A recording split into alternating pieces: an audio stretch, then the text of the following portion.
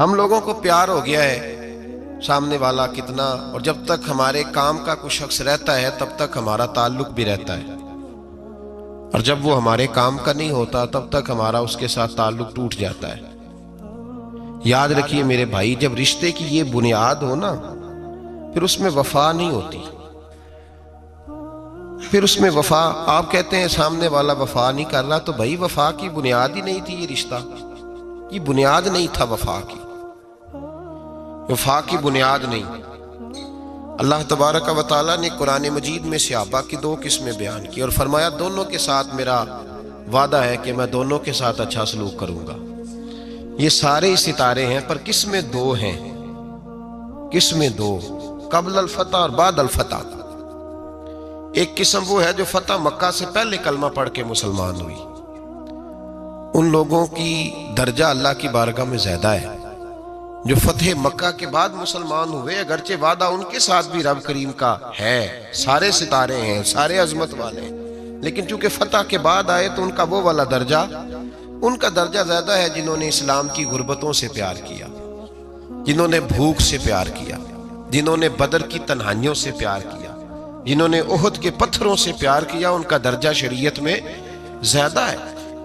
اگر آپ تعلق رکھتے ہیں نا، یاد رکھیں اتنی دیر کے جتنی دیر کام چلتا ہے، جتنی دیر ہمارا کسی دوست کے ساتھ تعلق ہے، تو یہ رشتہ کمزور ہے، اس میں وفا نہیں ہوگی، اور کسی نہ کسی جگہ پہ ٹوٹ جائے گا، کسی نہ کسی جگہ پہ آ کے ختم ہو جائے گا۔ صوفیاء یہ کہتے ہیں کہ اولاد کے ساتھ بھی اس تمنا کا رشتہ نہ رکھو کہ وہ میری وفادار ہوگی اور میری وہ کل کو خدمت کرے گی۔ کمیٹی نہ ڈالو کہ یہ بچے ہیں تو بڑے ہوں گے تو میں آرام سے بیٹھوں گا تو میری پینشن لگ جائے گی، یہ روٹی کما کے لائیں گے، یہ تو کمیٹی ہے، اولاد تو نہ ہوئی، کمیٹی نہ ڈالو، چھوڑو اس چکر کو۔ اولاد فرما بردار اگر ہوگی تو اپنے فائدے کے لیے ہوگی۔ ہم نے اس سے یہ لالچ بھی، حضرت عبداللہ بن مبارک رحمت اللہ تعالیٰ علیہ فرماتے ہیں لالچ کے رشتے ہیں دنیا کے، لالچ کے۔ آپ کے انتقال کا وقت آیا تو اماں بڑا رو رہی تھی، عبداللہ بن مبارک رحمت اللہ علیہ اپنی اماں سے کہنے لگے اماں تو کیوں روتی ہے، تیرے تو اور بھی بیٹے ہیں، تو کو میرے بعد لوارث تو نہیں ہو جائے گی، آخری وقت ہے، نزع کا عالم، اماں تو کیوں روتی ہے، اور بھی بیٹے ہیں؟